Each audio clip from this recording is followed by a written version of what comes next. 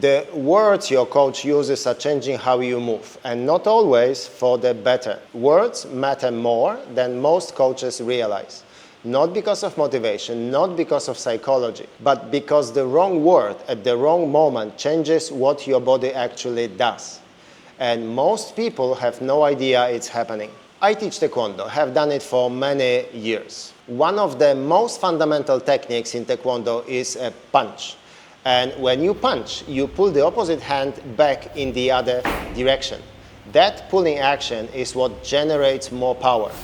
It's what makes the punch work. A common instruction you hear is pull your hand to your hip. Sounds reasonable. The hand does end up near the hip, so what's wrong with it? Everything. The moment you tell someone to pull their hands to the hip, the brain focuses on the hip, the destination, not the direction, not the pulling action itself, not the tension through the movement. They arrive at the hip, but they don't pull, and the punch loses its power significantly. The instruction wasn't wrong, the wording was wrong, and that small difference changes everything. The same thing happens every day in gyms around the world. Let me give you a few examples. Keep your back straight during a deadlift. What most people do, they stiffen the spine and lock themselves into a rigid position. They are so focused on keeping the back straight that they forget to brace, forget to hinge, forget to load the posterior chain. And ironically, a rigidly straight back under load is not safer than a neutral spine. It's just a different problem.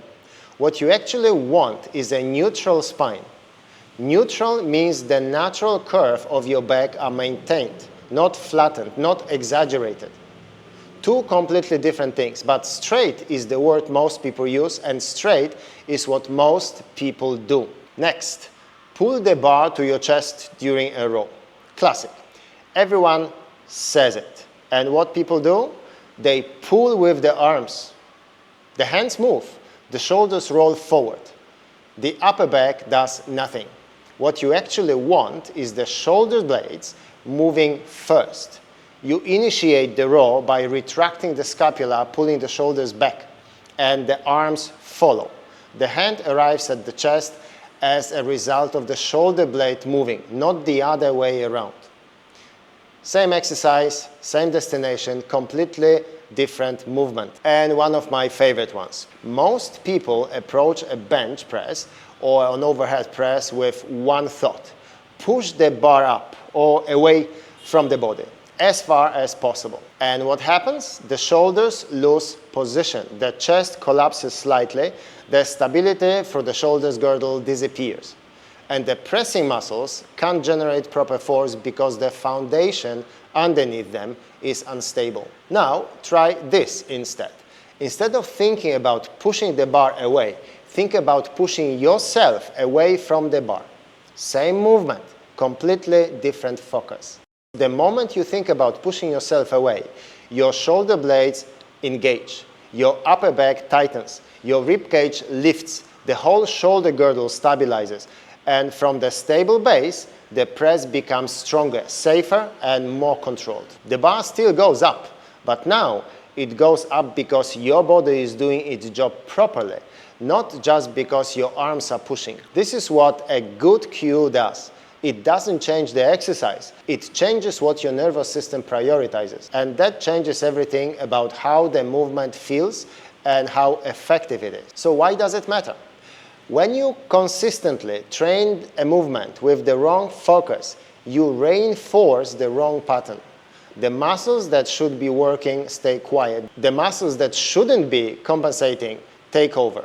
And over time, that compensation becomes your default. That's how people develop shoulder pain from rowing. That's how people hurt their back deadlifting with the straight spine. That's how injuries happen to people who think they are doing everything right, because they are doing what they were told. The instruction just didn't produce the movement it was supposed to. So what do you do about it? First, understand that most coaching cues are destination cues. They tell you where to end up. What you actually need are directions and tension cues. They tell you what to do and what to feel. Pull your shoulders back. is a direction cue. It tells you where to move. Feel your shoulder blades squeeze towards your spine is a tension cue.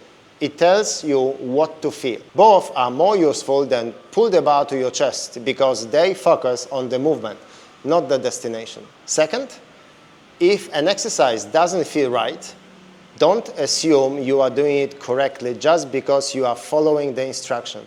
Ask what you should feel. If you can't answer these questions, you need a better cue, not more repetitions. Third, film yourself. What you think you are doing and what you are actually doing are two often completely different things. The camera doesn't lie. Your perception of your own movement does. The difference between a good coach and an average one is not always knowledge. Sometimes it's just the words they choose. And the difference between training smart and reinforcing a bad pattern for years is understanding what a cue is actually asking your body to do.